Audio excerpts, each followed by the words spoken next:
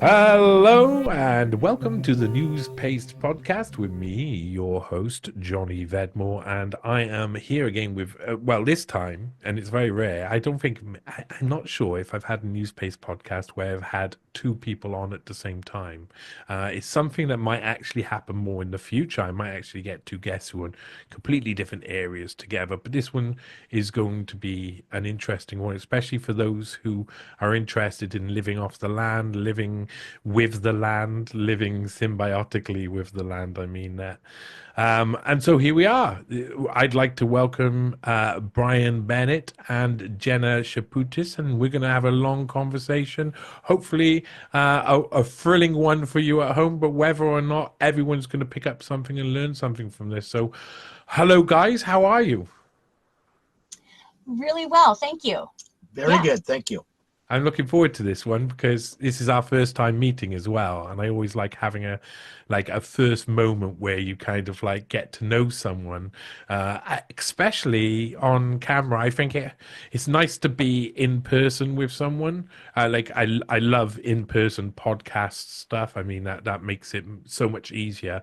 But when you're meeting for the first time, you always get a little bit of like you start to see someone's energy slowly, don't you, and etc. So. Start off, Jenna, why didn't you read? You've prepared a little bit, which is kind of like an opener. So open. Right. Why, thank you.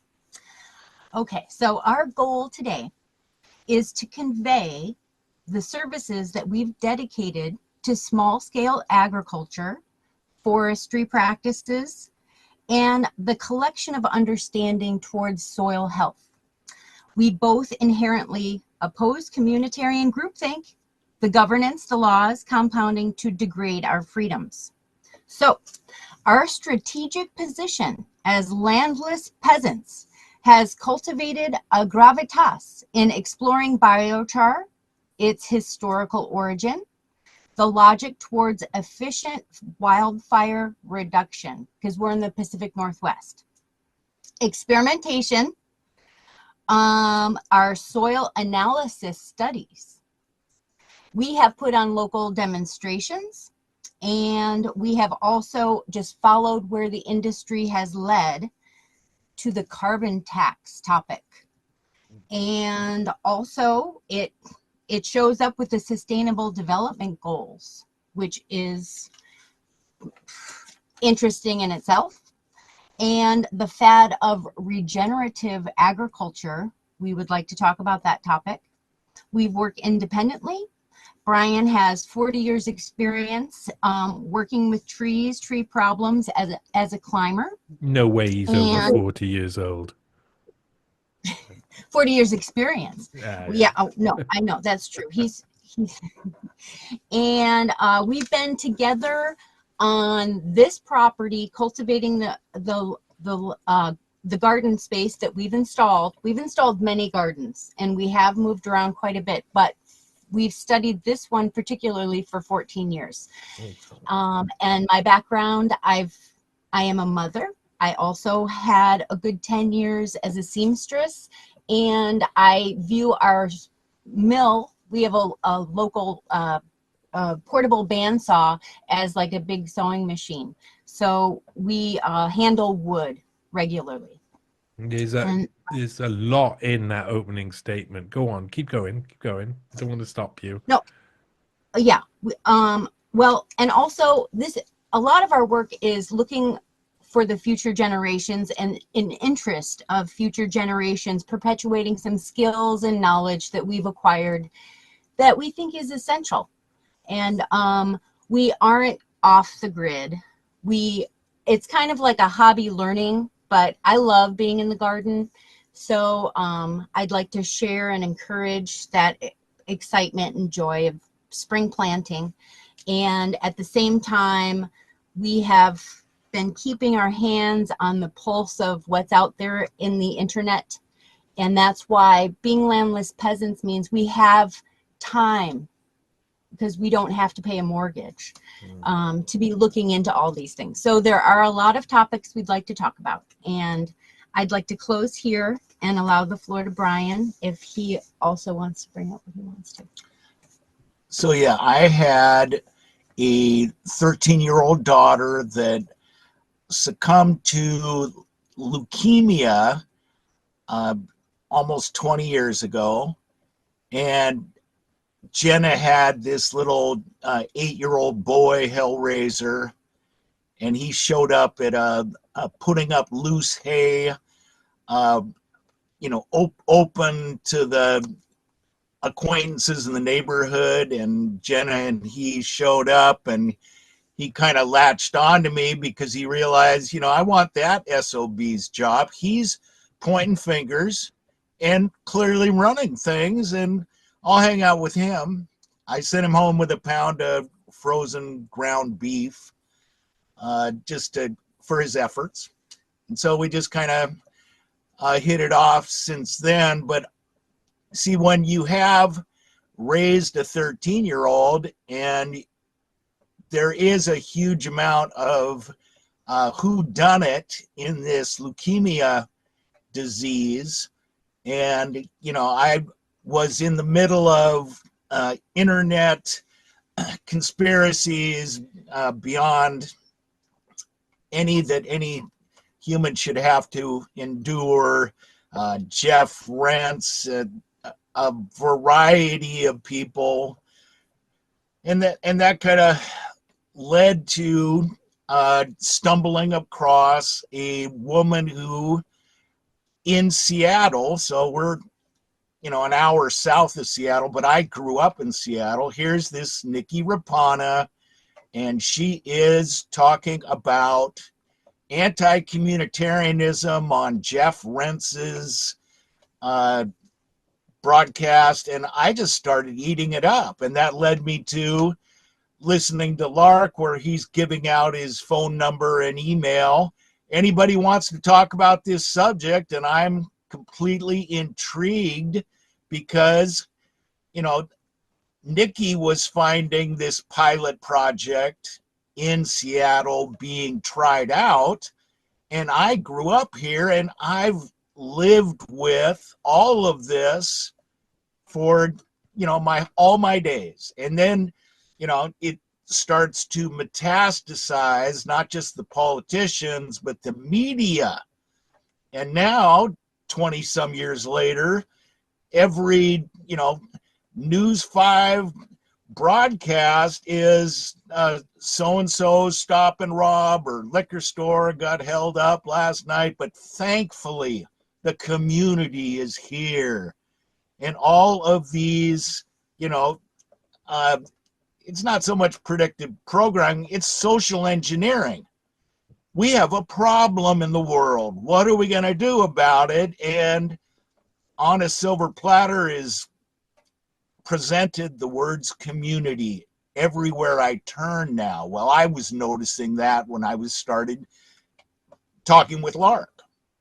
And so there is a list that Nikki Rapana put together, and several other people have created lists of words that allow for, us to be bamboozled in sustainable justice. It's 150 words in one of Nikki's glossaries on her book and website. I try and stay away from that kind of slave speak, anatomy of, and the like, but I realize how they're doing this. So, yeah, I wanted to get to the bottom of this leukemia thing, and it's not cut and dry. You go to the Children's Hospital doctors, well, we don't know. Well, then I go to a bookstore, University of Washington, and ask the lady, can you help me? I'm looking for problems, that might be bringing about this childhood disease. And well, we do have this book. It's from a woman in England in the 50s. And she was tasked with, well, why don't we find out, collecting data, what do all of these children that get this have in common? And Yeah, she does determine things like using x-rays to figure out what your shoe size of a pregnant mother. That x-ray, affects with, clear data. Well, off to the dustbin. Dr. Alice Stewart wrote this, somebody wrote this book about her. I don't want to, go too far into that, but I will say that there's a Dr. Martin Paul. He's a professor in Washington State, retired, and he's big, being sometimes paid, but more often on his own dime, going to all these other countries in Europe and the like to talk about the dangers of EMF. The technology is not just the surveillance and the data collection. There's health problems with all this 5G, blah, blah. So we're talking with him, Jenna and I, line up interviews like we did with Lark and you, and getting Dr. Paul to, try and shed some light. Then we go to somebody like Aman Jabi, who's a big tech. He doesn't like being called a whistleblower. He basically is exposing what all this camera technology is doing. When people, I call them the simple-minded, but it is the vast percentage of the media, including the alt, when they're jumping up and down, they're after our guns, Johnny. I'm on saying, first of all, he lives in Montana. You're going to have a real tough time with the crowd he knows. No, these school shootings are about the cameras. So it's not cut and dry, and we're being bamboozled by 90-some% of the alt media into being socially engineered. So yeah, this is the kind of thing we do and talk about and try and make some headway with. That's my opening statement. Yeah, so those are two full opening statements. I like so. I just as some of that was just enthralling for me, especially hearing you speak there, Brian. The way you speak is really with direct, definite passion for getting to the answer. And that's what you project out of me, both of you, in actual fact, going down that path of trying to understand, like we all do, what our life has been about, how it's been shaped, who shaped it, why it's been shaped. I mean, I feel terrible for you. You've lost someone in your life at one point who's young and had an entire life to live.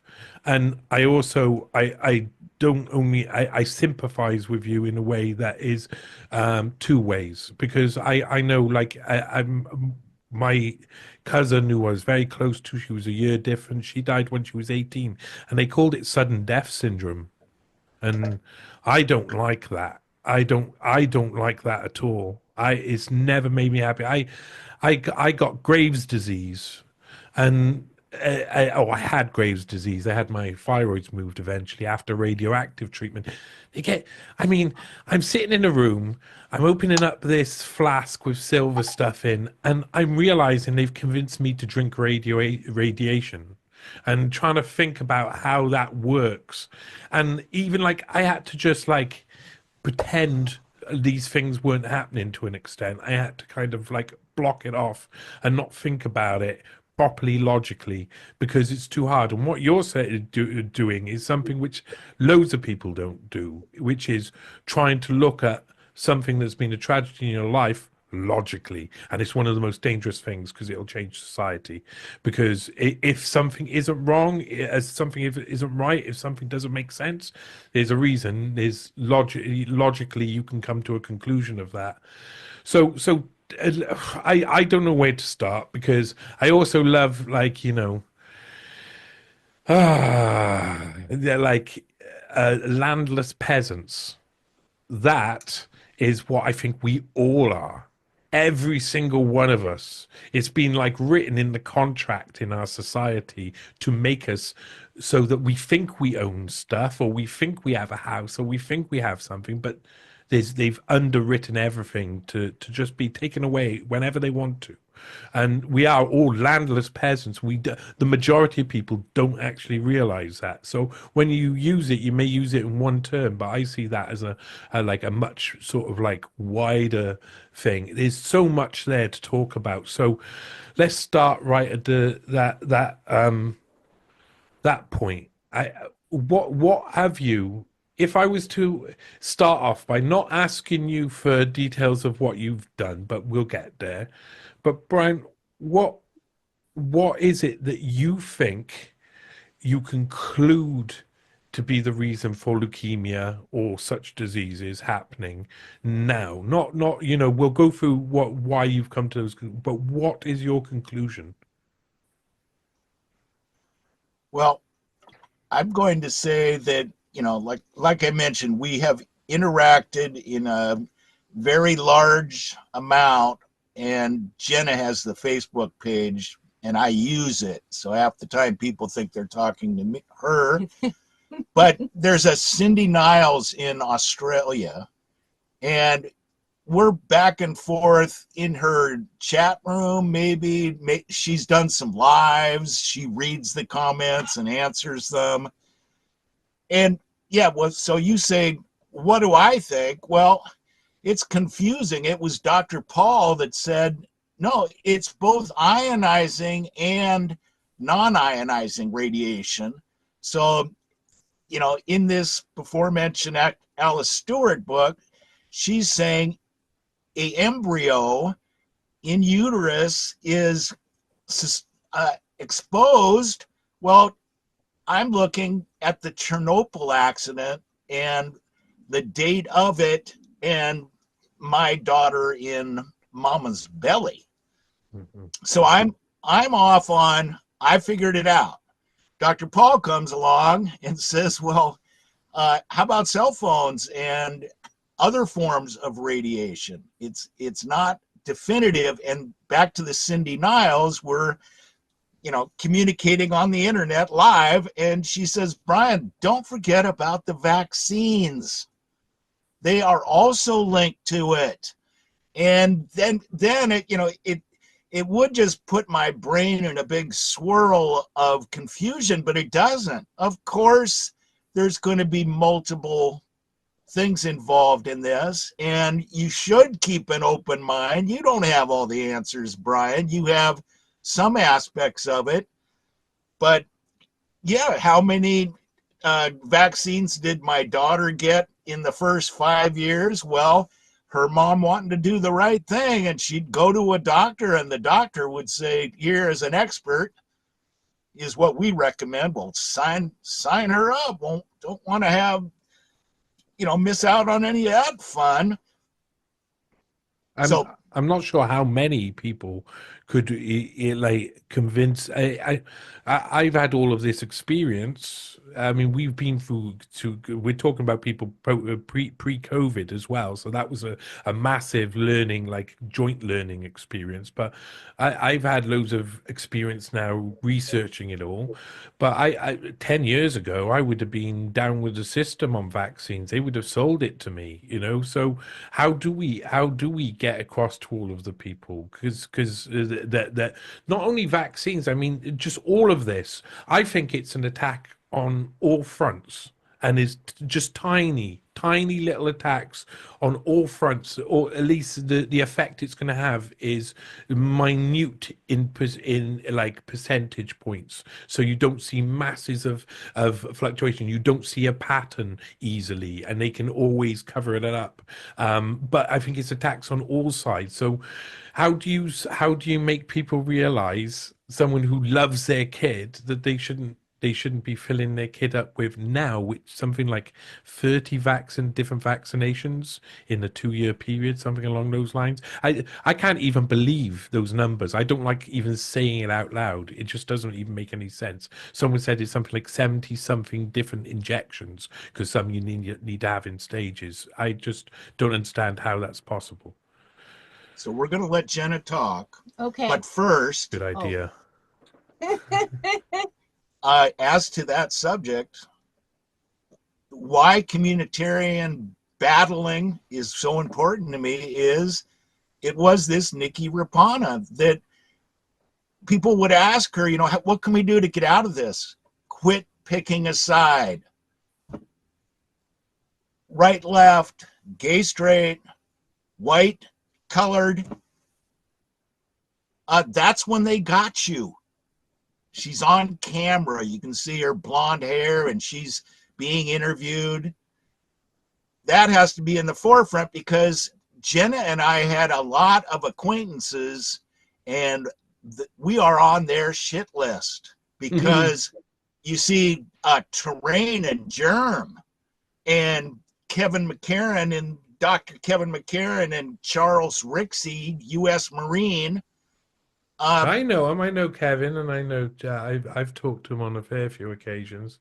I know them. Me and Charles have interesting conversations. They're kind of always like, very polite with each other, but we're always kind of off kilter with each other. Kevin is a firebrand. He's a very nice person.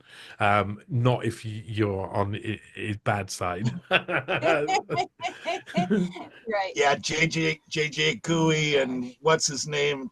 House of Tonic. Kevin just did a 5-hour over and over laying into House of Tonic. That's what happens when you stay publicly. Dr. Kevin McCarran is part of the international cabal, all designed to take down JJ Cooey. You asked for it, House of Tonic, in 5 hours of it you get. But speaking of persuasion, Brian persuaded my last time filling in for RBN.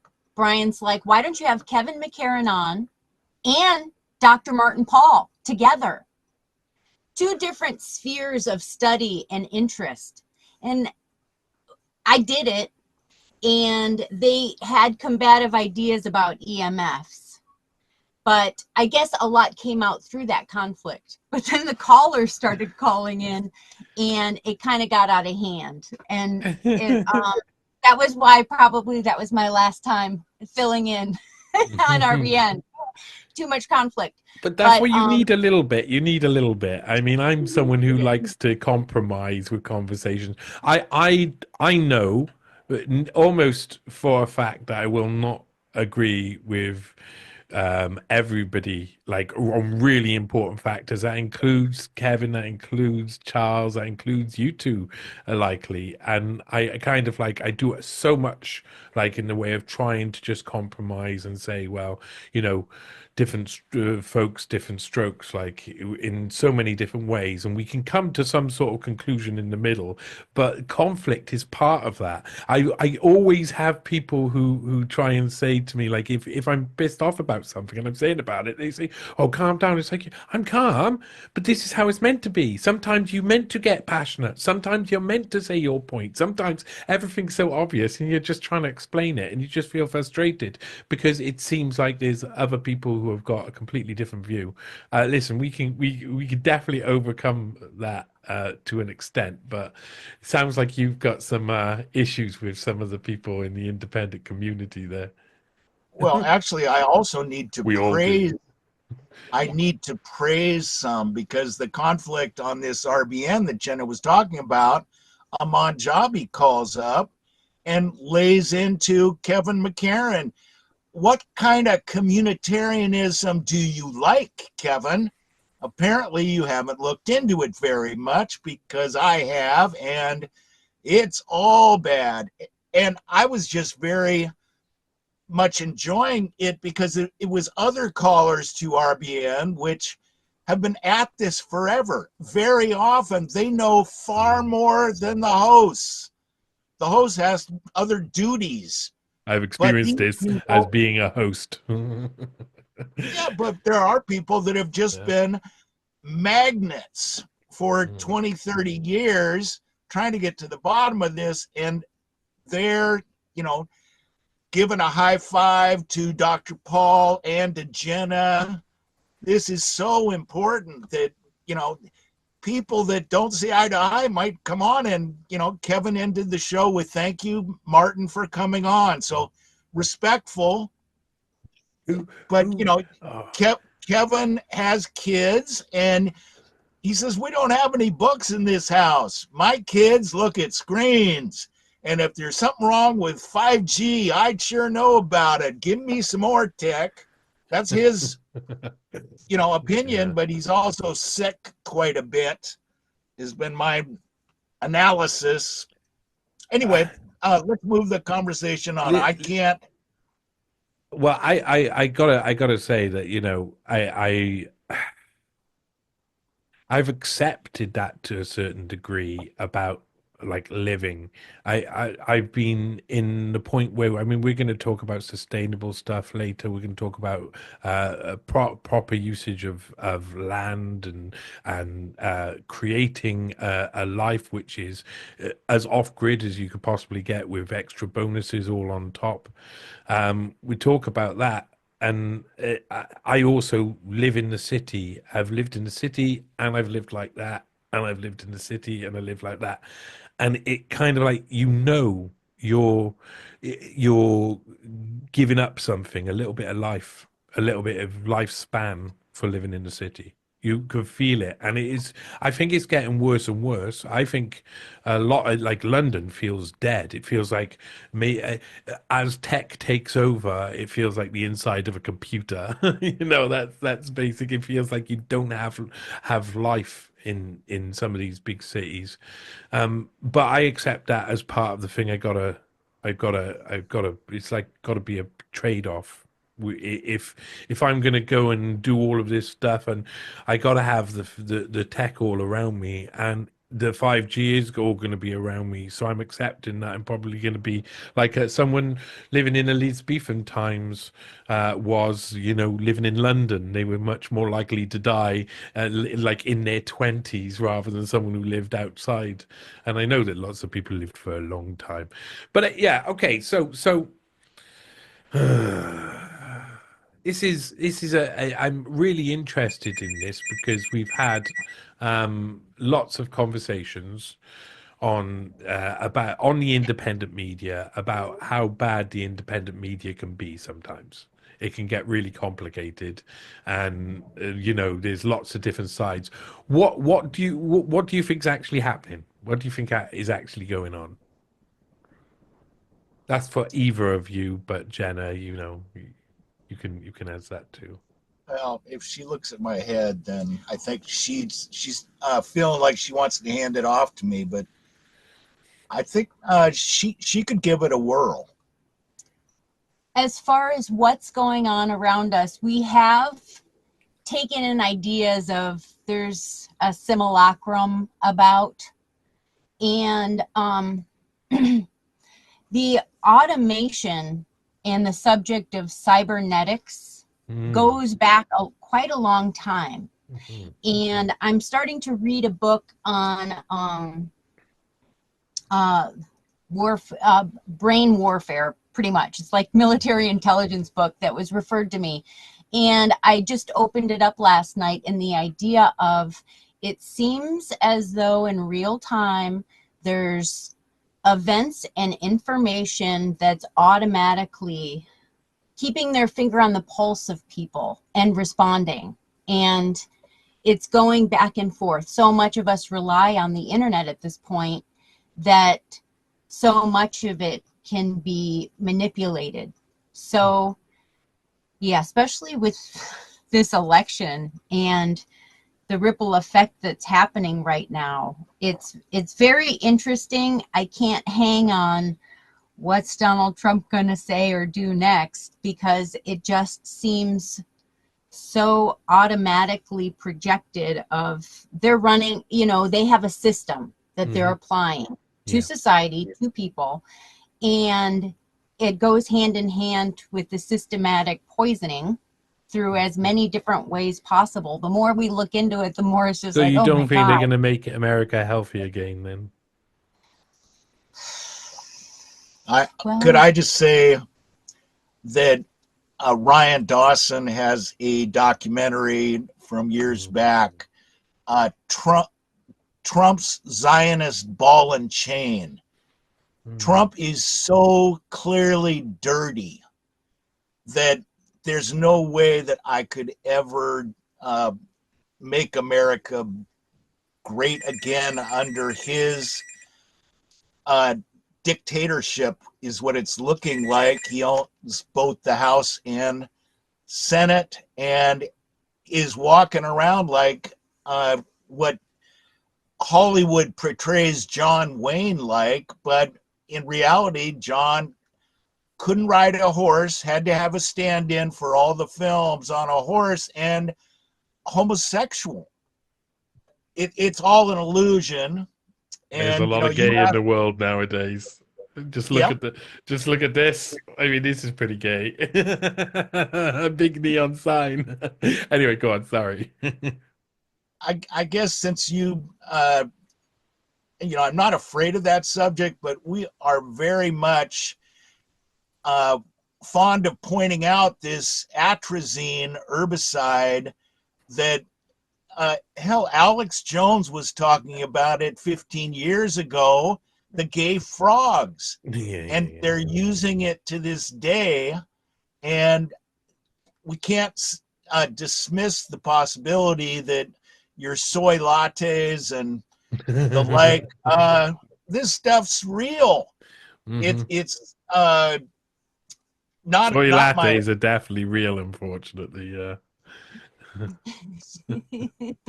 But yet, as to who possibly they might be, how about the name Adam Green? He is no more news, and I have been, attempting to make some headway with him. I finally got him to ask a question, like I'm typing into his live chat, and he asks his guests, how about communitarianism? Ever heard of it? And the guest, who I trolled for 6 months, said, no, never heard of it. So Adam says, well, I have looked into it, and I think there's something to this problem, but it was just today. This is just amazing. This is this conversation right here. Sorry to cut you off, because this conversation is amazing, because straight away, I mean, we're talking about, I was asking you a question about the independent media community and how complicated it is. And the first thing you did was talk about Ryan Dawson, who I've had like history with, like backwards and, well, only forwards. He doesn't talk to me. Just he is not a fan of my ex, and they were having a backwards and forwards all of the time, and that knocked on. And to be perfectly honest, I'm not a big fan of the sort of, especially the everything is Israel line. Is like, so much is Israel, but it's all a big great intelligence blob. It's all a big global intelligence blob. It's not just one or the other. And the problem I have a lot with all of the Epstein researchers, because I've done so much Epstein research, and there's so much I haven't shown people yet. I'm getting round to it, but there's one thing that really, all of their stories, the reason why they can say Epstein, Zionist, it's all just Israel, it lets off the CIA so much. And the excuse is always, Robert Maxwell was his, like, sort of mentor style thing. Ghislaine Maxwell he met, and Ehud Barak, and Les Wexner was his funder. But that's like all 7 years after he's already started working for the CIA. So it's like it's only the Zionists, when I know Epstein was working for the CIA in 1982 in Iran-Contra. So what he started doing in 1987, 1988, 1989 was all just part of the big globalist intelligence blob, and they're all in it together. And it's part of communitarianism. And then you talk about Adam Green, and Adam Green is someone that I've been talking about him with someone in the background. I mean, I'm not someone who I'm interested in who he is, because I was looking at the Matthew North case and him disappearing, and that's like, there's someone who knows a lot about that, who I'm in communication with, and we're having a conversation, and I'm looking at Adam Green and some of the things he's saying, and I responded to him. I said something to him for the first time in just the other day. So it's amazing you bring up Adam Green, because I think, I'm really open about the fact that I think that maybe up to 60% of the independent media is just created, constructed characters, and then there's a load more who don't know, they're just being manipulated by other people all of the time, and there's hardly anybody out there who's independent. And every time I look into one of them, I go, oh man, such a load of gripes all of the time. I'm pissed off with him, I'm pissed off with him, I don't believe he's a real person, don't think she's a real person. And it's a lot of the time it turns out to be true. They seem to be constructed. They got things in their past that don't make any sense. So I think the place is a complete mess. It's like we can't even talk here and not, like, every step of the way. It's like these are such divisive or people who and I don't know what's really going on. So it's really interesting we're having this conversation now, because I was just in with someone who is also in the independent media, and we were having this conversation as well. How much of this do you think is true or not? How many people do you think are acting in people's best interests? And what have you decided to do to kind of get over that clear lack of trust with people on the independent media?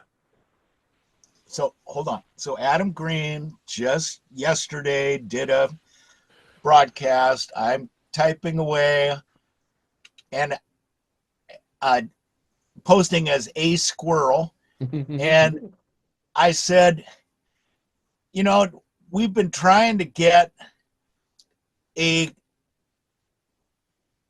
Kermeo Ahu on an interview, and he agreed to it. He just, I think he's smoked so much cannabis. He has a couple of teenagers, and he just says, you got to keep pestering me on Telegram. Well, that's what I typed into Adam Green. You keep calling it communism when clearly you've had plenty of opportunities to realize the Chinese are embracing capitalism. Putin and the Russians are at the, telling Jeffrey Sachs that, no, we don't want to, we want part of what you guys got. And Jeffrey Sachs trying to, as a diplomat, return to the United States and getting the double finger salute from our so-called government here. But the Kermeo Ahu and Adam Green would have a great, discussion, because Adam is very much, I'm a pagan, I want to, worship idols carved out of stone and wood. But Kermeo is insisting the United States or in North America is where the Israelis came from. There's writings and traditions in Native American cultures that are done in the Middle East, but we didn't get them here from there. They got them from us, ship travel and cultural exchanges, these mounds, the caves. We be intelligent beings for 100,000 years, and somebody's trying to shove this Jewish fairy tale of a Bible story down both the Christian and the Jewish people's, like that's the end all be all. Well, Kermeo's got himself some old books that creates his opinions on this. What I would like to see is a dialogue with this kind of discussion. Mm-hmm. So that would be the perfect world. Yeah, but no one's that's not what's gonna happen because people argue all of the time and then they avoid arguing. I really do think we should do probably a tiny bit more arguing, but it's hard to get people. I'm about to do a show where I want to kind of a quiz show where I want to get two people together and I want to mix people from the independent media and start to see if I can break some echo chambers as well. Get introduced different people to different people and cross them over and do it in a way that they don't have to feel threatened by each other, and then we can like progress from there. But it's not the way it goes. I mean, it's media bubbles. There's different beliefs. I love a bit of this when you're talking about this and you're talking about different things, different like ways to view the past, especially when it comes to a religious. So, are you religious? Are you guys religious? Jenna, you tell me about your faith. Well, I would say that I feel best myself in nature. Mm-hmm. So I think that the natural order in nature, I think, is the closest thing to creation, and I like to be by it. Mm-hmm. And I like to, wildcraft and learn. I just feel my best within that place. So you're that's of the the closest. earth. Yeah, I think so. And, I can wonder. I was raised Christian. I had to, I went to a parochial school. I went through all of the rites of passage in the Catholic faith. And I respect other people's religion, but I think that nature is my closest study to being one with. And I do feel that, we all have this amazing gift of like inspiration and mind and thought. And I wonder, well, where does it come from? And that is part of the gift that we have. And I think creation inserted us as humans with these special talents that radiate that power. Yeah. I like the idea that it's like a constant expression of life is the actual thing itself. And when I've explained my own so not religious belief, but my own spiritual belief to someone who's quite knowledgeable about this sort of stuff, he was like, that's quite close to being Gnostic. And I was like, is it? Oh shit. You don't even know what you are until you kind of like, I'm sort of have this feeling that it doesn't really matter. If I believe, for instance, that we're in a simulation, in a simulation, in a simulation, in a simulation, the simulation's all the way down, it still leaves me with the fact I have these feelings within this realm, and I experience these things, and I see these things, and I see other people's experiences, and it leaves me with a bigger vision. And so I can't do anything about the rest of the stuff, but I can do stuff about the fact that I'm the center of perception from my own reality. So, I mean, I don't know if that's godly. I think the whole thing together must be godly, whatever heaven is, whatever the everything is, But I don't know. I wouldn't say I'm religious. What about you, Brian? Irish Catholic. I've actually gone back and met my relatives out in the cow fields in Ireland. My mom ended up in Detroit. They have, in that era, very particular neighborhoods.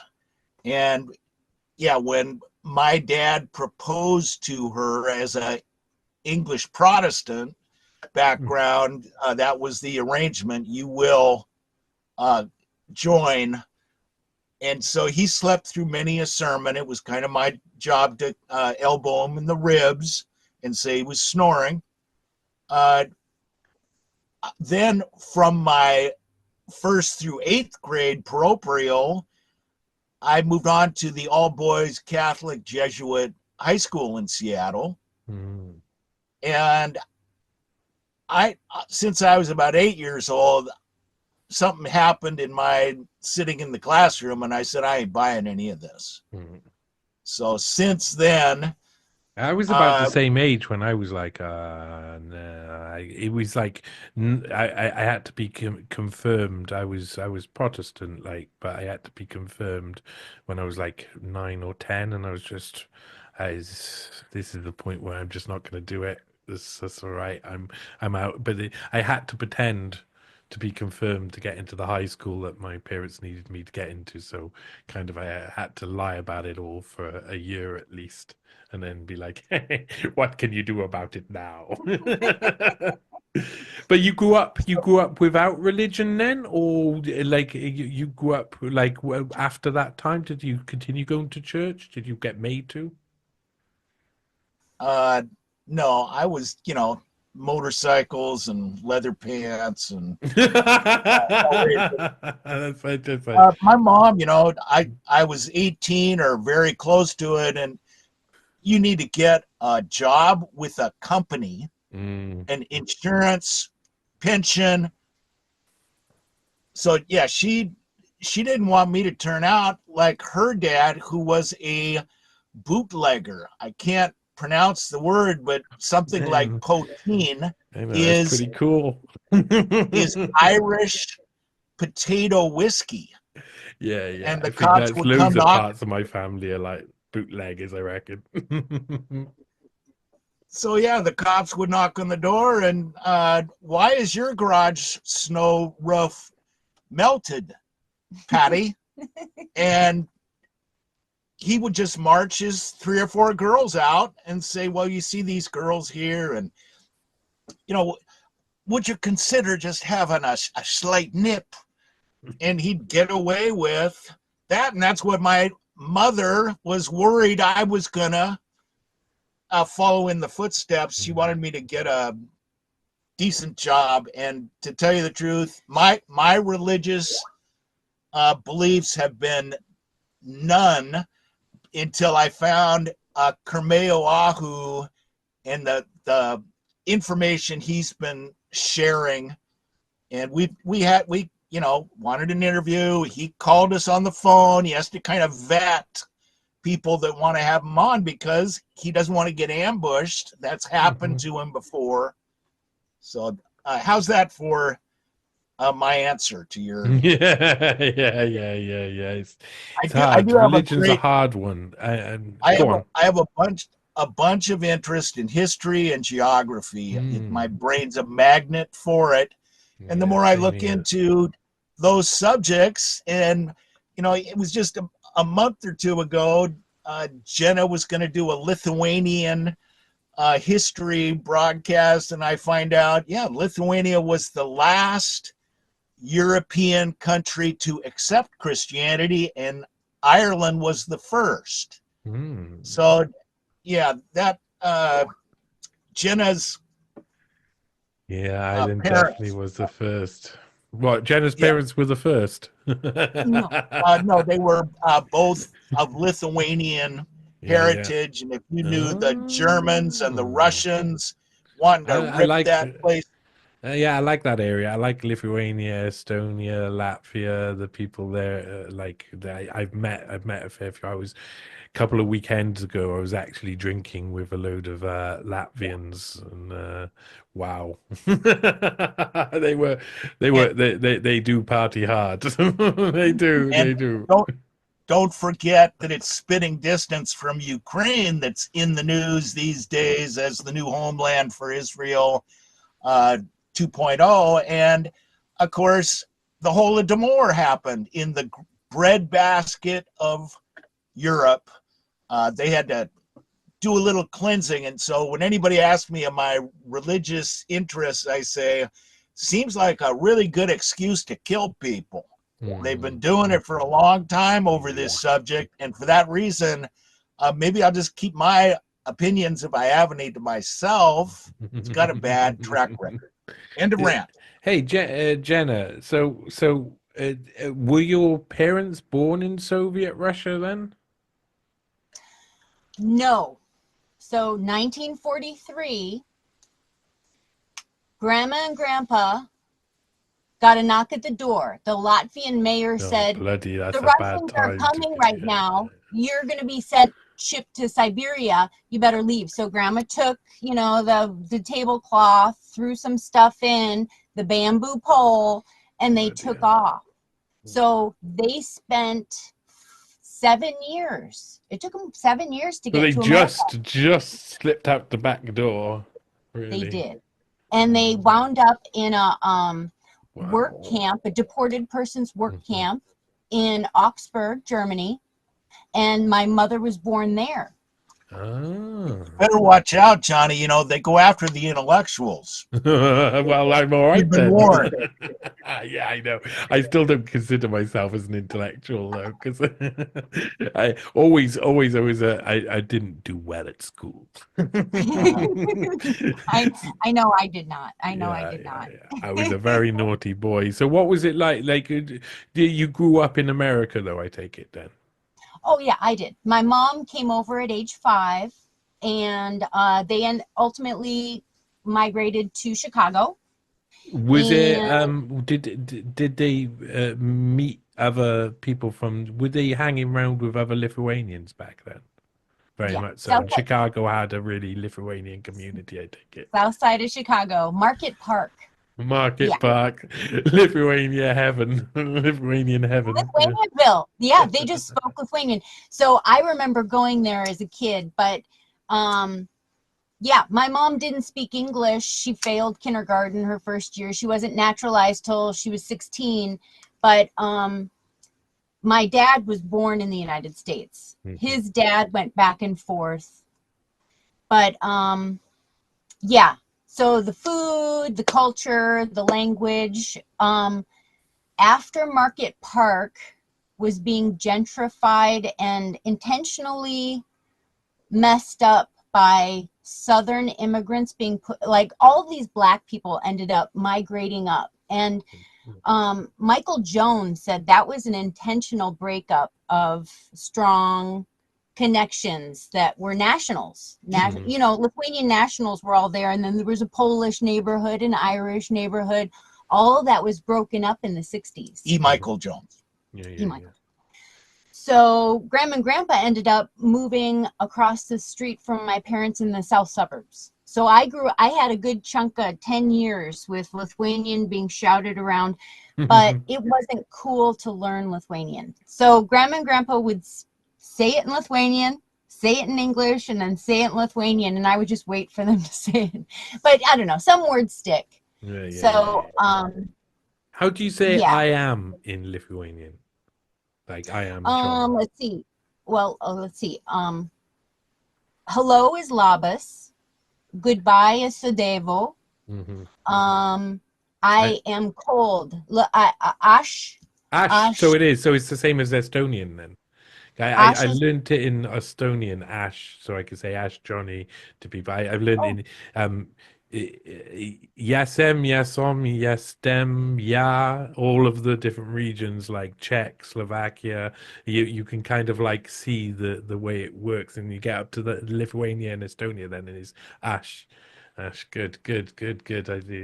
I love. I live in Wales and I speak English all of the time, because they took our language away by force at one point, and it's kind of like, you know, so it's really nice to know that you've got like you've got this whole different connection to culture as well. I found it's really strange. The next generation, the generation that lived under the Soviet Russia, they feel, I get a feeling from hanging around with them, they feel like they're Russian.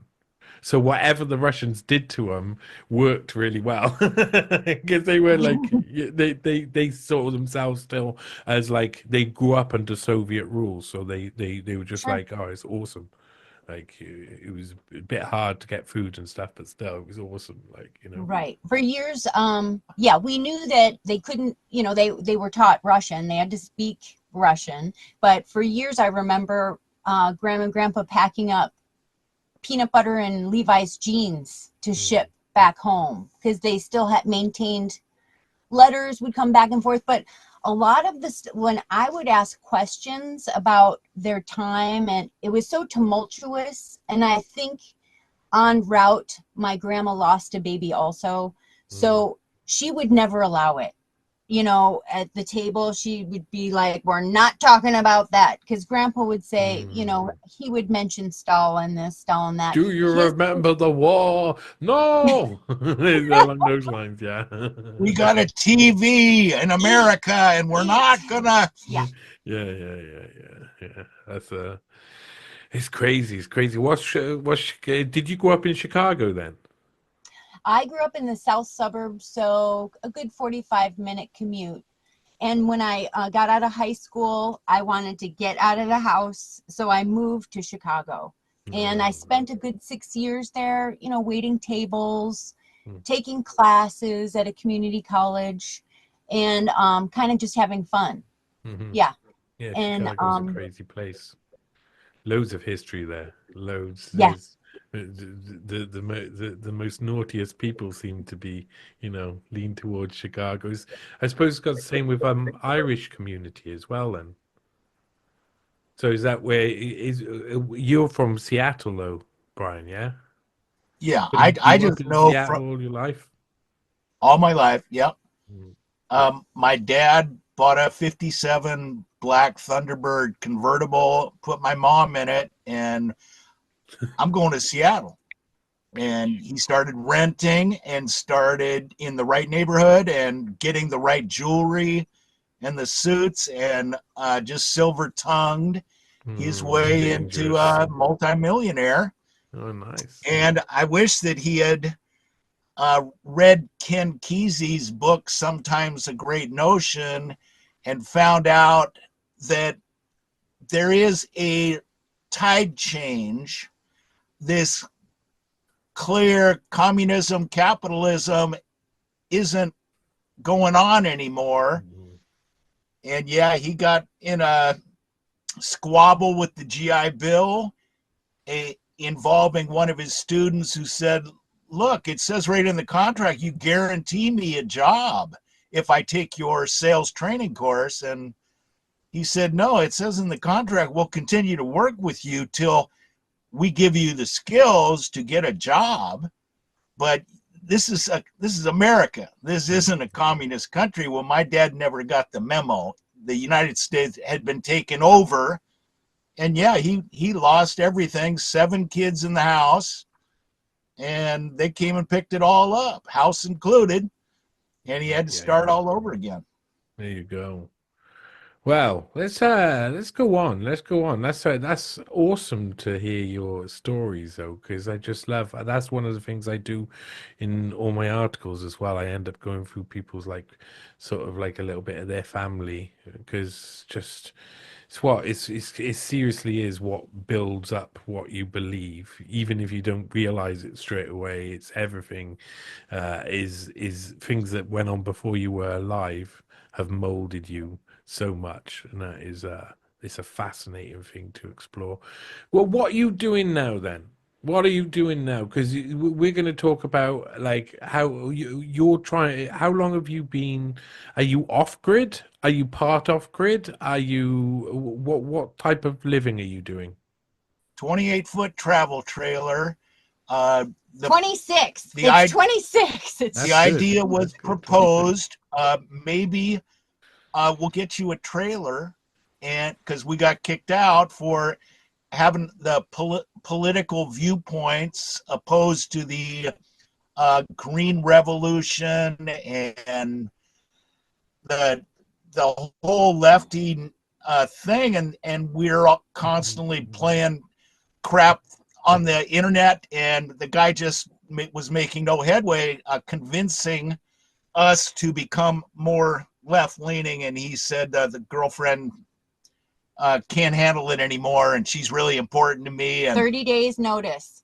So he has 2 tons of agricultural equipment. He has a lot of stuff. So 30 days to find a place for us and our stuff was pretty scary.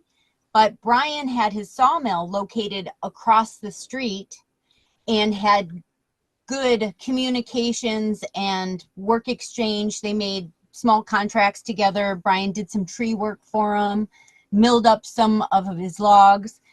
He's like, I got you guys. So within 30 days, he bought us a trailer. So we settled here on his 8 beautiful acres, and the sawmill's still here, and there's always tree work, and there's always things that come up.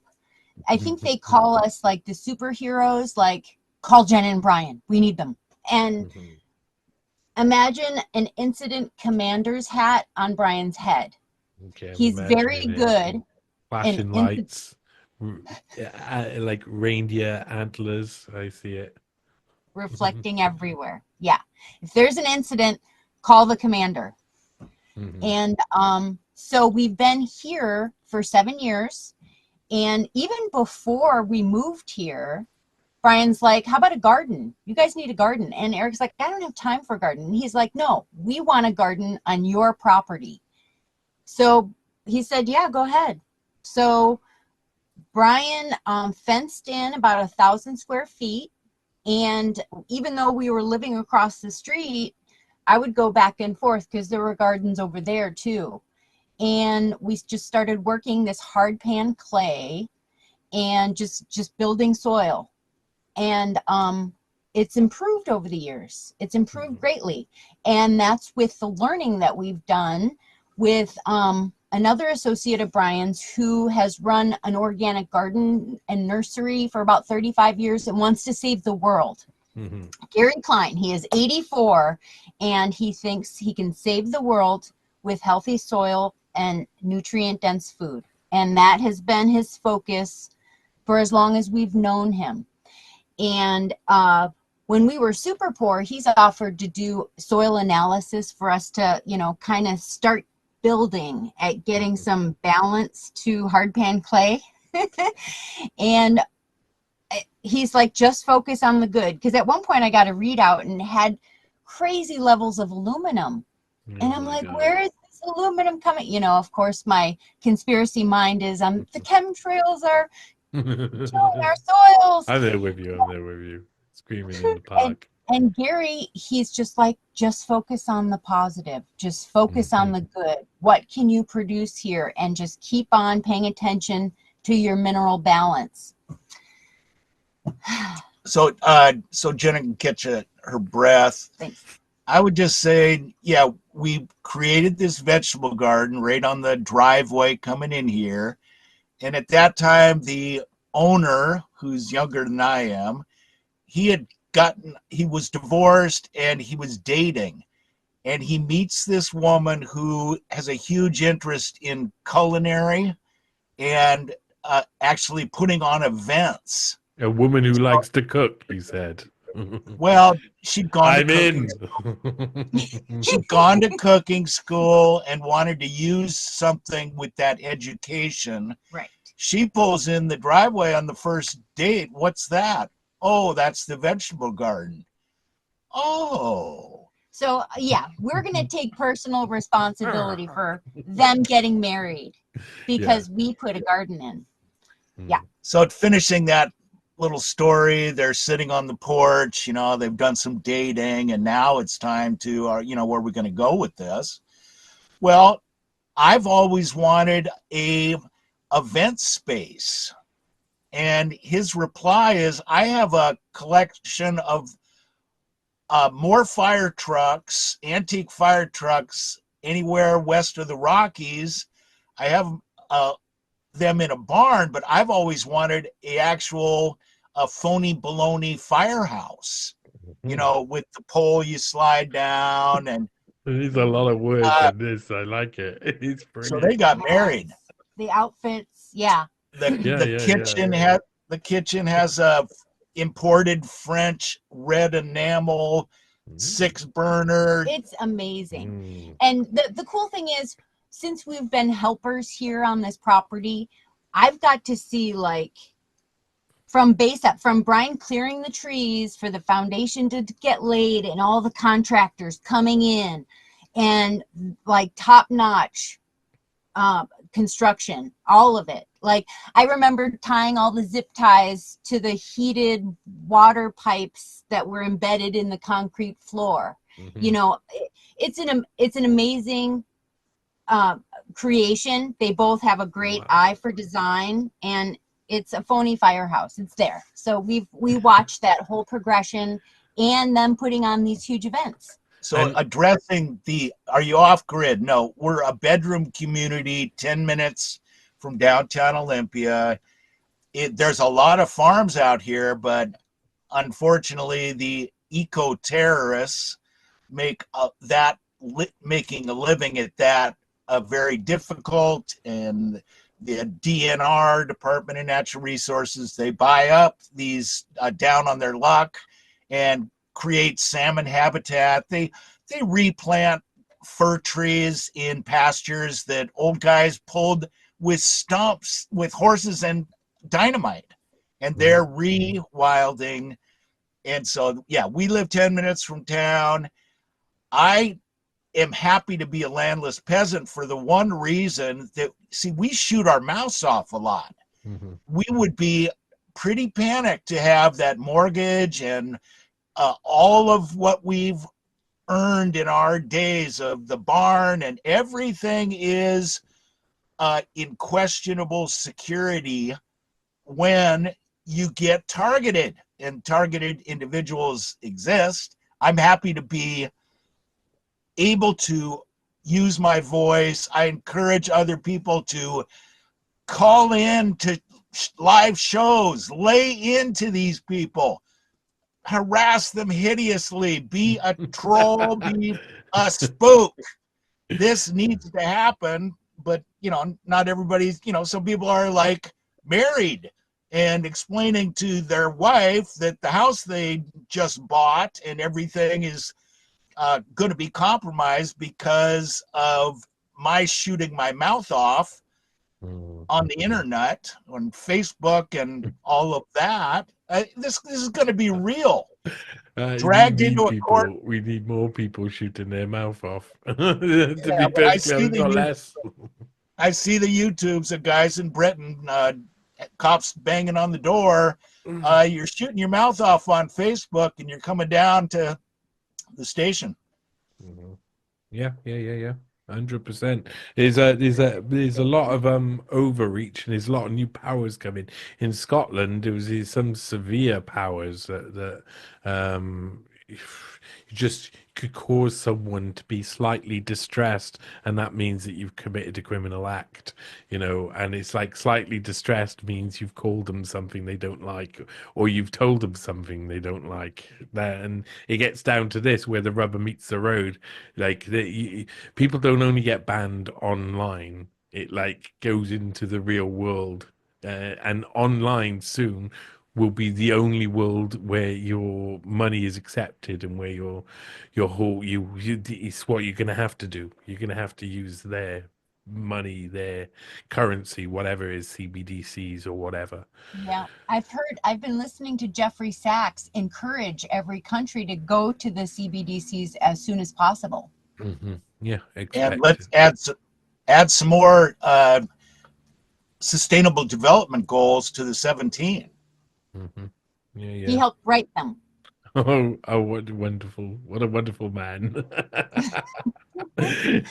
I mean, they used to say burn the witch, but nowadays you just say it's not PC. So, I reckon that these guys are some of the worst in society, and they are the ones who are building the society that you don't want to happen. So, communitarianism is really just globalism, isn't it?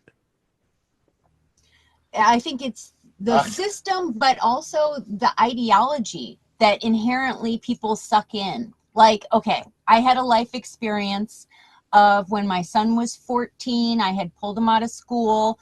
He was breaking into neighbors' homes to get into their computer to game and watch movies. And he was complaining that I wasn't allowing him internet access. So one of these neighbors called CPS. CPS comes down the driveway to take him away in the van.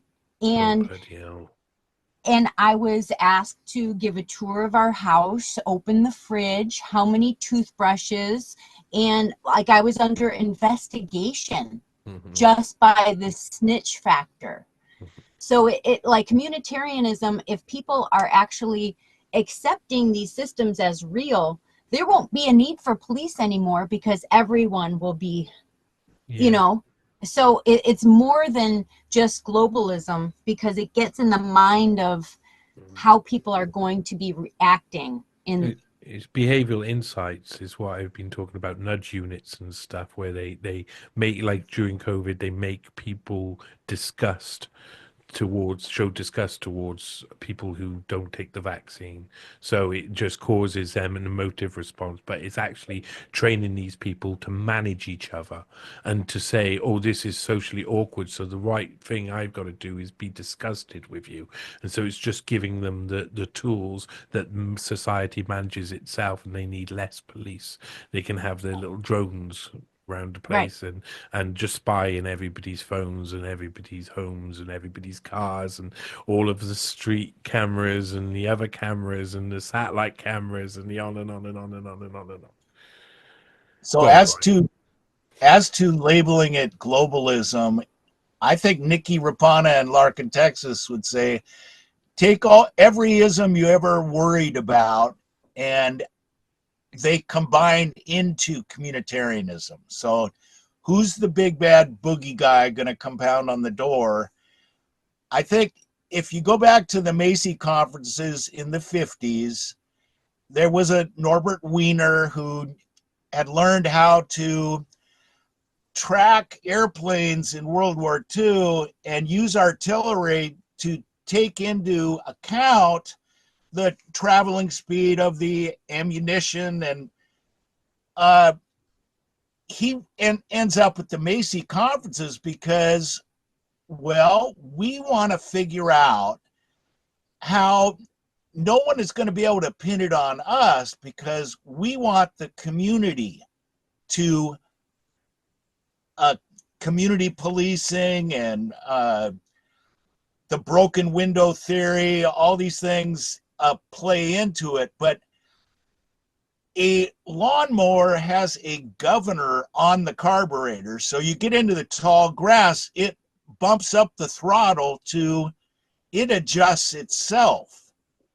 So yeah, chasing the Rothschilds and the Bilderbergs and no, it's the community's pounding on your door and saying, you biochar people, let me just tell you, we sit at home, we're government workers, we are in our underwear in front of the keyboard, getting paid very well.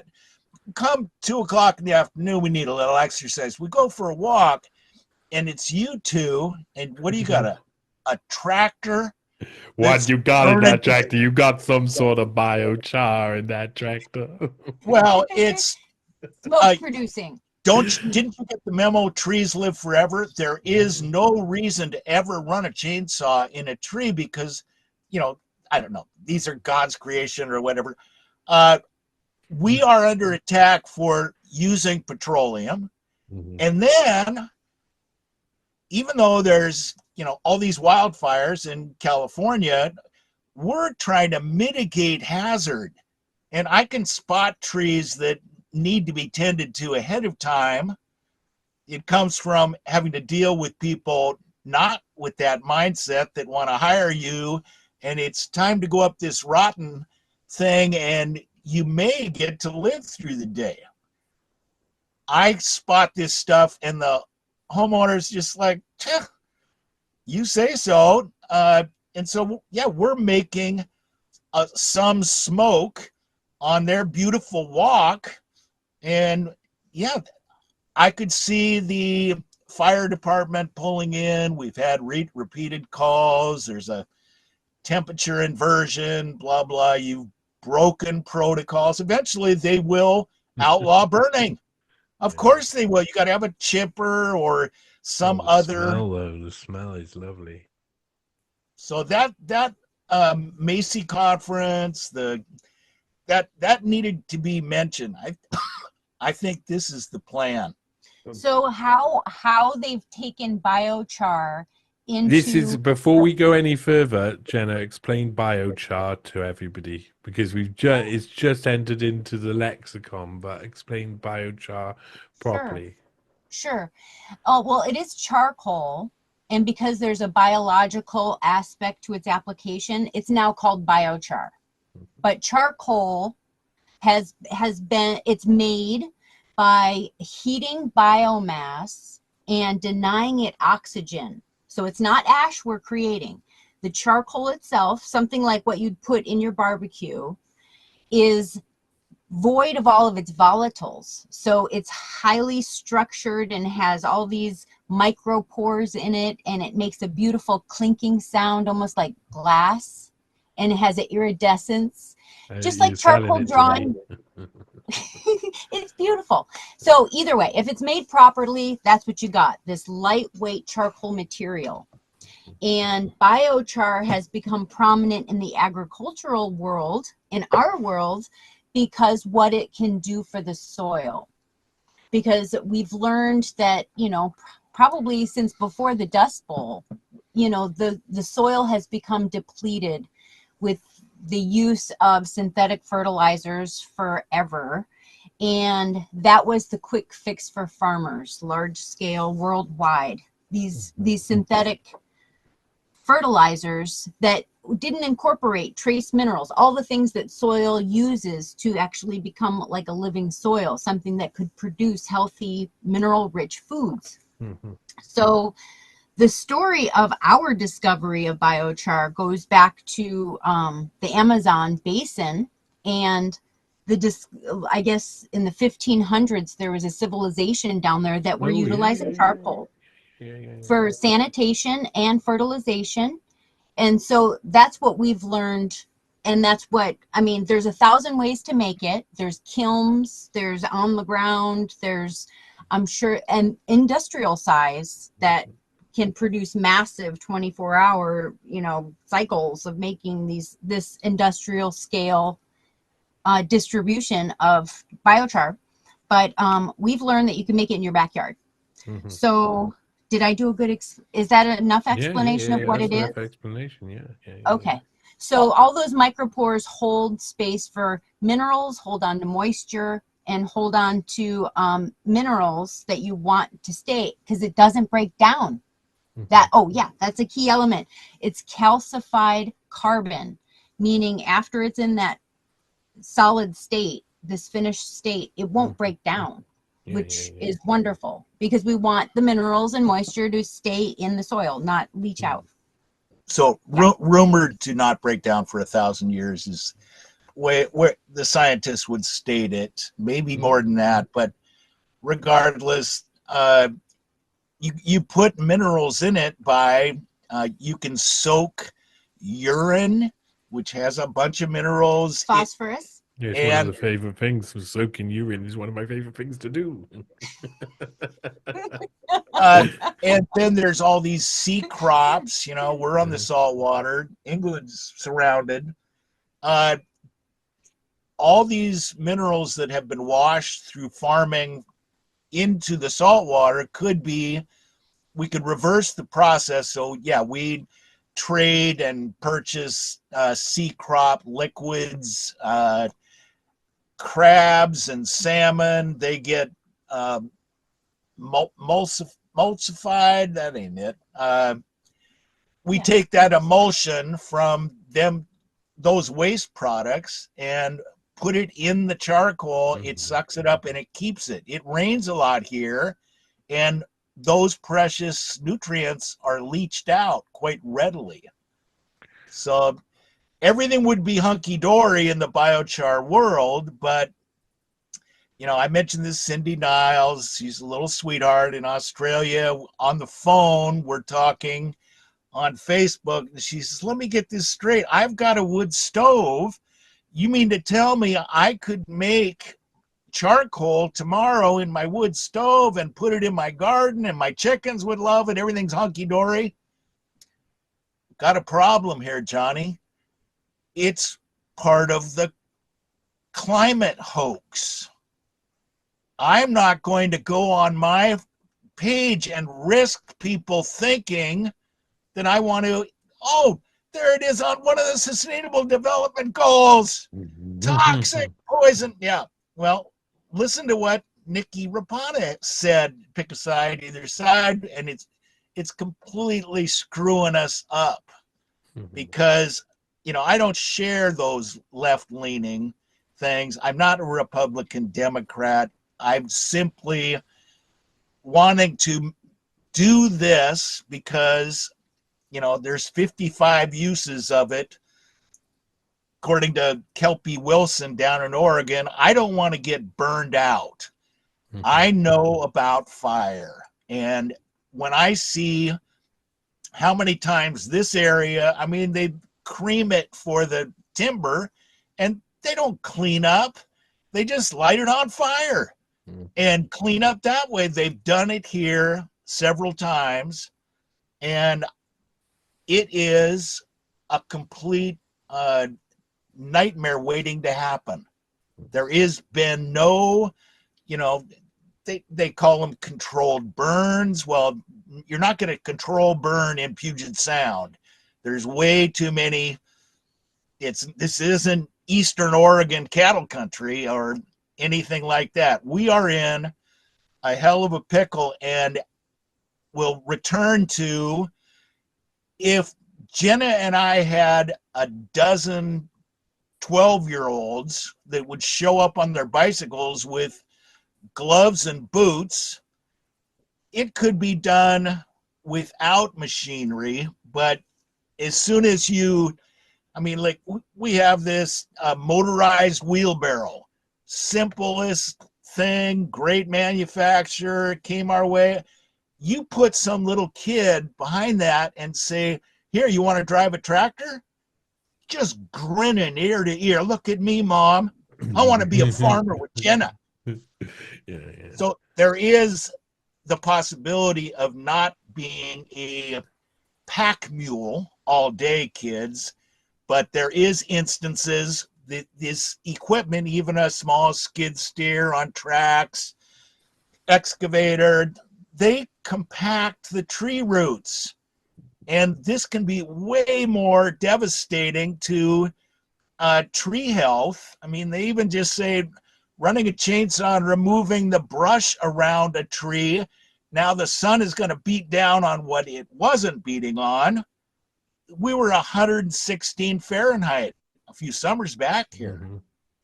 This is unprecedented. I lived here all my life, and something's up with the atmosphere.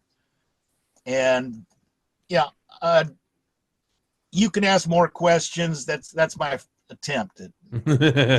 Well, I was just trying to think. Well, when you were talking, then I was just trying to work out, what's wrong with the atmosphere? What's going on? Do you think? Okay. Well, most recently, we have Brian called Jim Lee of climateviewer.com. He found his number and called him up years ago. And once in a while, Brian will just pick up the phone and Jim's there and they talk. So he has his theory, and I can repeat it because it seems pretty understandable, that the jet fuel over the past 20 years has changed into a more particular pollutant.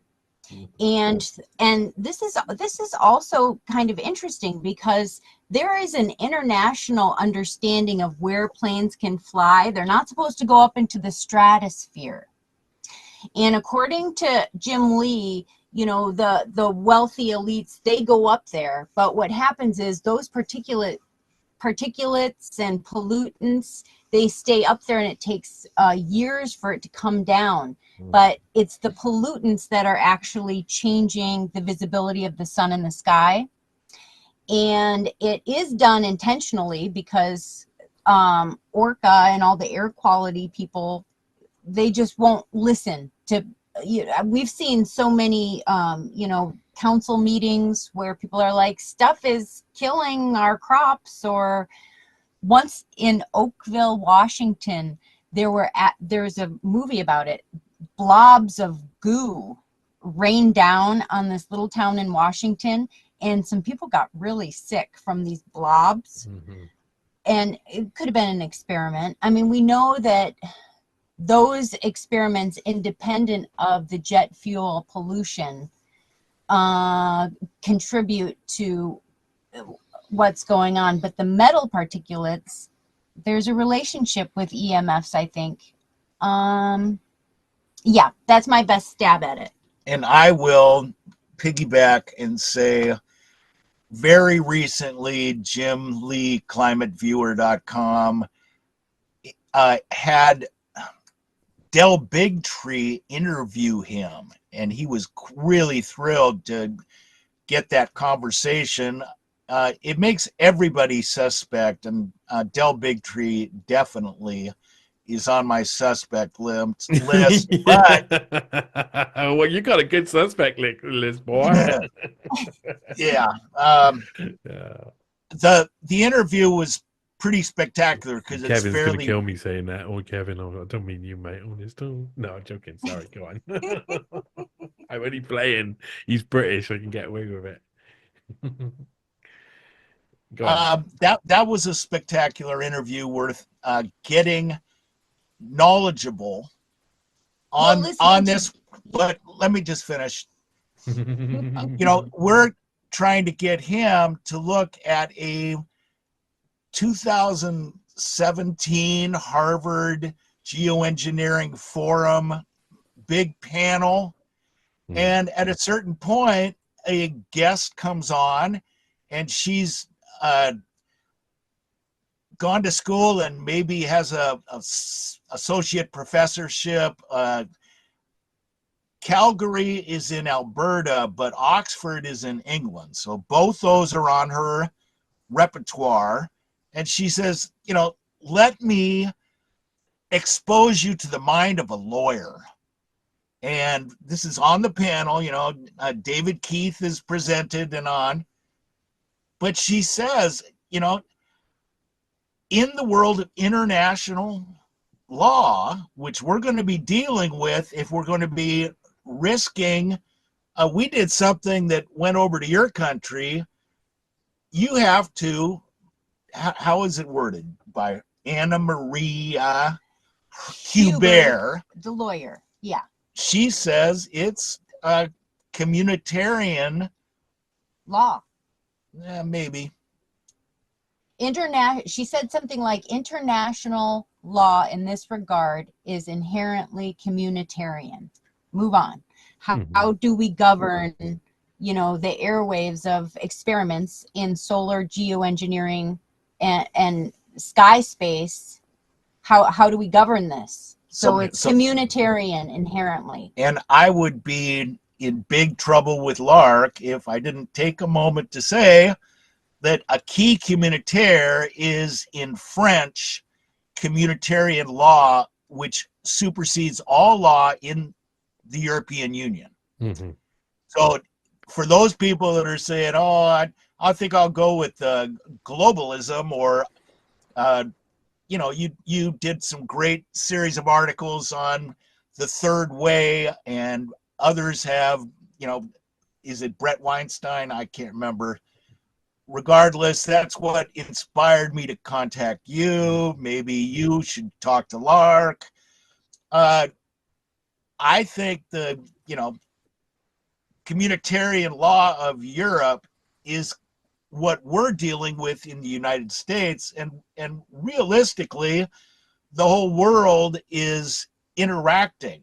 If one side of the planet and the other have a dispute, how is that going to be resolved? And Lark and I am insisting it's through the communitarian law system that has taken over, along with the replacement of so-called capitalism. Aman Jabi said, don't say communism and capitalism. It's got to be, crony capitalism or whatever. Aman tries to correct me, and I can't. It's really a stakeholder capitalism, I think they call it. Right. I think they call it that stakeholder capitalism. I've been listening to you and thinking the entire time, because you go back to what you were saying about when we were talking about pollution. I mean, there's loads of evidence over in Britain porting down experiments for years and years. I did an article called Porting Down's Ideological Cloud, and it included they were spraying zinc cadmium sulfide over everybody, like for years and years and years. And some people nowadays, I've spoken to some people on TNT, one person in particular who was saying uh, it's inert. It doesn't really do anything to you, but that's not what the evidence shows.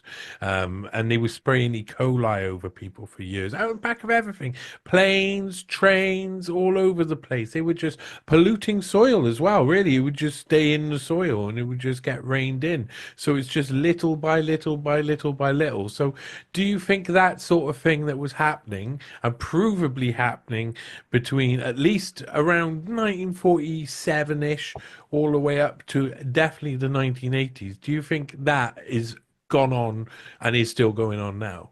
Is that what we're really being attacked by, is some sort of like constant, I don't know what for, but constant chemical sort of castration, I suppose? Well, as soon as they started introducing the nanotechnology, I think that it's changed, but it's continuous because all of these things become in our products and our clothes that aren't breaking down. There was a while that we were talking to Tony Pantalleresco in Canada, who was like the expert on everything nano because he had worked through and suffered from something called, well, he called it nanotoxicity, but other people were calling it Morgellons, you know, where people are having things coming from their skin. So his website, augmentinforce at 50webs.com, is like his library of everything nano. So I do believe these things have continued, but it's become marketed in products and consumers are taking it and people are building with it, even in health supplements. You know, once you see something like microcrystalline cellulose, it's like, what's that? Oh, I got a jar of it next to my bed. I rub on my face. I don't know why. So, yeah. And, you know, I think that's where the chemistry and understanding, I'm going to take it back to biochar, because biochar is carbon negative. It has a magnetic pull. And positive ions, which ones that are beneficial, like calcium, magnesium, and phosphorus, you know, those are positive. So it draws them together. But at the same time, we know that activated charcoal and also university studies, they've been studying what charcoal can do for decades in like remediation of toxic waste sites, or like in the Midwest, in Lake Michigan, downstream from an industrial plant, they have these tubes of charcoal that they're just laying in the water streamway and absorbing all of these toxins. So that's what charcoal's potential has. So in my mind, I'm saying the more charcoal, the better in our garden, because I can't stop what would be falling down on our crops, but I can just try to keep health in the soil. But the interesting thing this university study did was okay, what do you do with all this toxic charcoal now? Well, they're locking it up in concrete. And that's where industry is going, where they're finding all of these great attributes to charcoal for building materials, for structural rigidity, lightness, blah, blah, blah, blah. So they can also lock up what they've just sucked out of that river into concrete and asphalt, which I thought was interesting. So what would that be for? What how would that benefit the asphalt? Or is it for when it to break it up? It supposedly makes lighter weight concrete and stronger. But the most important thing is if you lived like somewhere like the Great Lakes and somebody's been using it as a depository for every chemical known to man, and you wanted to figure out a way to not allow your kids to get poisoned, and you set up a way to suck up these things, what are you going to do with the charcoal that has sucked up this stuff? Well, as a temporary 100 year-long solution of laying it on roads as asphalt and or concrete in walls that aren't going to be, exposed to more people. Those are possible, solutions we could dabble in. Mm-hmm. Oh, and then there's the Topher Gardner. We've listened to him talk, and he has a company, Biocharisma. Biocharisma. They sell carbon suits, like tuxedos, little walking stick, spin. No, really, really earthy domes. He's building domes and saunas, but he's actually impregnating the walls with charcoal, and he's learned that it actually reflects or absorbs EMFs, so it can become a safe zone within the dwelling from microwave energy weapons, or I don't know, but that's one just in case that was a thing. It could potentially do that. We're just saying you never know. Plan ahead. So Jim Lee and Topher were on a broadcast. It's somewhere on a YouTube somewhere, interviewed by a couple guys, but during it, the questions from the other hosts were, so how much does this paint cost? They used to put lead in paint, and that might be a great way to protect yourself, but it's expensive to paint when you have to get all the respirators and a government agency to come on your place because you're going to paint with lead. Topher says, well, you can buy this expensive biochar paint, or you could just mix some in your paint. Mm-hmm. That's cheeky. Yeah, we do know someone that is EHS, electromagnetic hypersensitivity. One of the and she did a book, Wi-Fi Refugee. I can't Wi-Fi even imagine refugee. what it's like to be in that state at this point in technology. I mean, we are going to be it's just buzzing. She insists she wasn't always this way, and count your lucky stars that it ain't happened yet to you, but it's going to become more and more prevalent. Yeah, at that time when she wrote the book, maybe 3-4 years ago, she's documented about 3 million in this country that, can't be in an electrified environment whatsoever. And Shannon, to this day, still can't live in, like, she's in a dome out in the woods in Northern California, living off grid, and, she can't have a refrigerator. All of those conveniences, some people are living in cars, they have their own homes, they could visit to get their stuff, but they can't deal with the electrification whatsoever, let alone the towers, people with their phones, satellites, all that kind of stuff. Yeah, which is a lot of that kind of stuff nowadays, and there's some even more coming, because I mean, people are gonna be happy to accept some sort of AI symbiote eventually, very soon, and you're gonna have, like, people constantly with electric, the need to transmit something here or here, and you get a feeling that it's not going to be long before it goes inside the head, and it's probably, they're already doing the test for it now, so eventually it's not even just round the corner either. It's like happening right now. They're telling us it's upon us. This is the time that we're living in. So it's clear you're trying to. How far out of that world would you like to get? Would you like to be outside it completely? How would you be able to be self-sustainable in, like, every way, do you think? Or do you still need to know? Go on.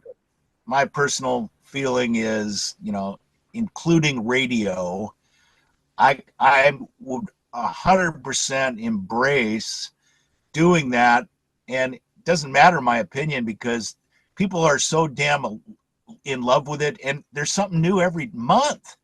That how are you supposed to explain to a 15-year-old kid that us old fogies, we don't like that dang technology?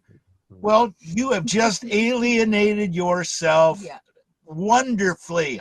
Yeah, we still don't have cell phones. Oh, wow. So, yeah, and because we have a simple lifestyle, which is great, but would I want to get rid of all of it? I mean, there might come a time where if I don't have, a lot of times I can't do things without the cell phone. You know, I can't. I liked hearing the ring of your old phone earlier. I've missed that ring. I used to like that ring. It was something about the old. I'm my first the first one I had was one of the dial phones, and I loved that. That was one of my favorite things ever. And then slowly it progresses and it progresses and it becomes just something in your hand, and then it becomes something on your head, and then it's not even there. It's not even visible. It's injected inside you, and you are part of the community, both in your head and outside of your head. So, So before we leave the atmospheric poisons, Jim Lee would probably come on in a heartbeat. You'd probably have to listen to him and Dell, so you got an idea. But Jim's the first to say, no, they've been doing this for 100 years on purpose. U.S. government, what I can't remember, genocide. It's government killing its own, and there's a variety of ways they're doing, but Jim is saying, but you can't get sucked into the misinformation, because you're going to be proven wrong if you're saying this, and this. Yes, there are tanks on these ships, on these boats, on these airplanes, but these are for testing of the weight of 300-pound people on an aircraft. That's what those tanks are, and you are going to suck it up because you listen to this YouTube, and you're going to say, look at the tanks.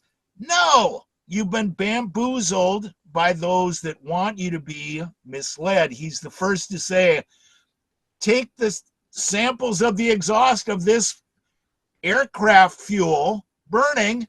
It's all the bariums, strontiums, all of it are in the fuel, folks. So we have to get this straight. And Jim would jump at a chance if you felt like getting to the bottom of it. It's not a big thing for me. Yeah, I find it fascinating. I've talked to people on every angle. I've talked to people who believe that the Earth is completely controlled. The weather patterns are completely controlled to the highest degree. I've talked to people who I've talked to flat earthers. I've talked to here and there. I knew a Mexican flat earther once, and it was just like he was trying so hard to convince me. It was just suspicious. I don't believe he believed in flat earth at all. It just got to the point where he was trying to make me believe in flat earth, But I've seen every single different part of it. I've seen the evidence of how they've sprayed people, and the rumors that constantly come around because of that as well, which can't be verified. But at the end of the day, these people are nefarious bastards. That's it. Whatever means they want to use, at the end of the day, at some point they may use them. They might not be using them constantly. But I do think they're pecking away at us little by little. Could I just say in this conversation that while we're talking about this or the flat ball thing, meanwhile, the sewage treatment plants with all these forever chemicals are being sprayed on our food crops. Yeah. And we're eating. Why is this not something important? And we're busy. They're spraying us again, Jenna. Yeah, Brian, get back to hoeing your row, would you? They're spraying us constantly in every single direction with something. That's for sure. They are just like, we are just completely over the top, out of control on purpose. Like I say, if you took any moving part away, you wouldn't even notice that much of an effect. But if you took all the moving parts away, it would change everything. It's It's been really interesting. It's been really nice to speak to you for the first time. That's really nice. So, can people? I mean, because you have obviously you're out in the sticks, literally out in the sticks, as we say over here. Where can people find any of your? Do you write it down? Do you put out a blog, etc.? What have you got that people can find you on? Well, for a short time, well, for a couple of years, I recorded like on my Sony digital camera, a YouTube channel. It's A Squirrel, ASQIRL, and I haven't uploaded many recently because the camera went down for a while, but it comes back to life. I just give it a rest sometimes and it comes back.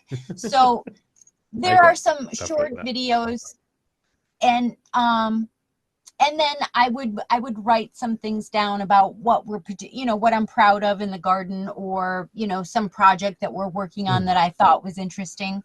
So that's there. And then on Facebook, Brian's really active as Jenna Shaputis on Facebook. So if anybody wants to, I post some things. Sometimes he has me post things, but that's somewhere we're somewhat active. And randomly we have interviews just like today, which was great. Yeah, It's some way that we can um She talk. does have a YouTube channel, but Yeah. it is of the quality of a 70s home movie. That's So that's fine. nah, There's you many got a to have YouTube channel of editing and every multiple. kind. Yeah. I haven't learned how to edit. Maybe one day. It's if you want to do it. It's hard. It's hard because I do so much different editing stuff and things. It's become like a bit second nature. But I was brought up with my dad being into cameras, but still, most of my early like experience with cameras is exactly that. Old cameras from the past, proper camcorders, high 8 camcorders from the past. Oh, those were the days.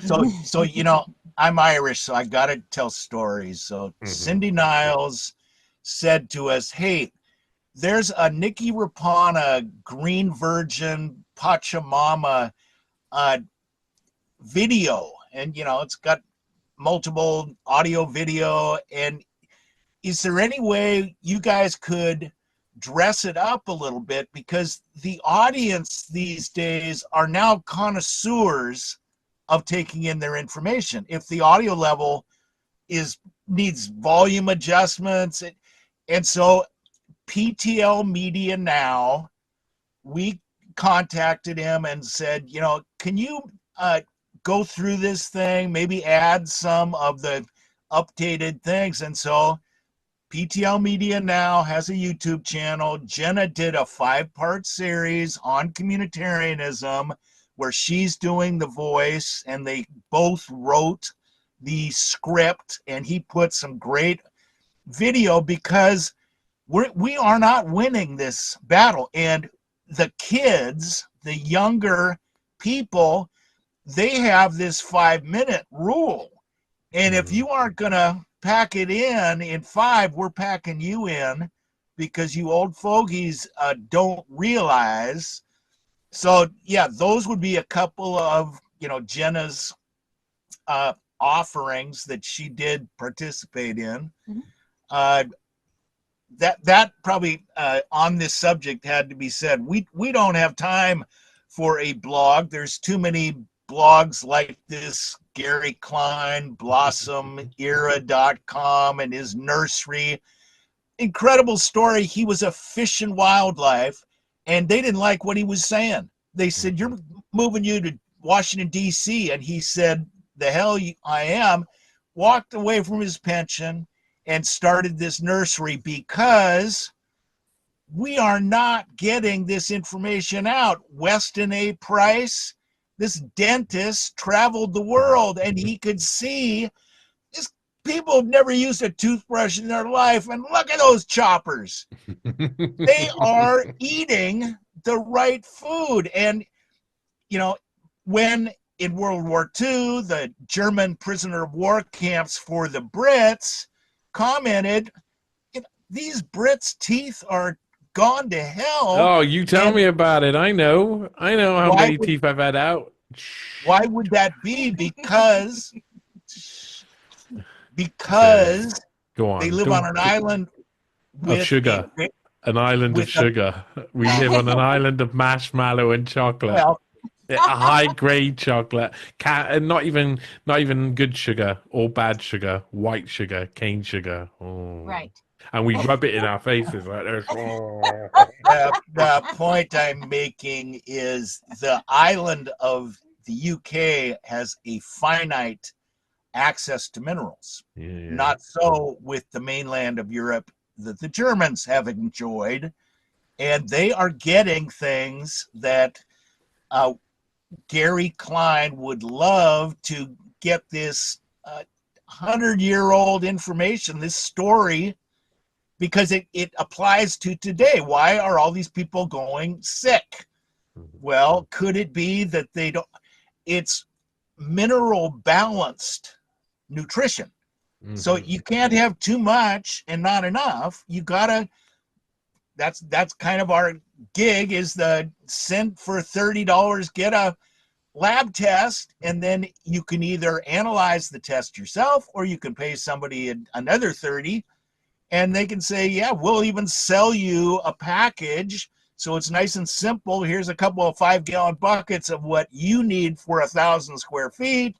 And then 2-3 years from now, let's do another test.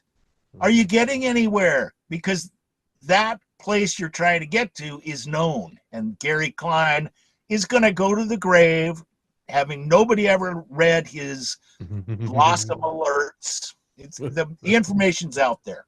Yeah. You too. You, Brian, you're a dangerous man. I wouldn't want to be on the wrong side of you. I know that for sure. You are special. You're both special. Listen, we've been going for about 2 hours, so I want to thank you. It's been awesome conversation. I've enjoyed every moment of it because I've just been listening. We did guys. too. Yeah, and it's awesome. So, I thank you for coming on the NEWSPASTE Podcast. You're welcome. We enjoyed ourselves immensely. Yeah. Excellent.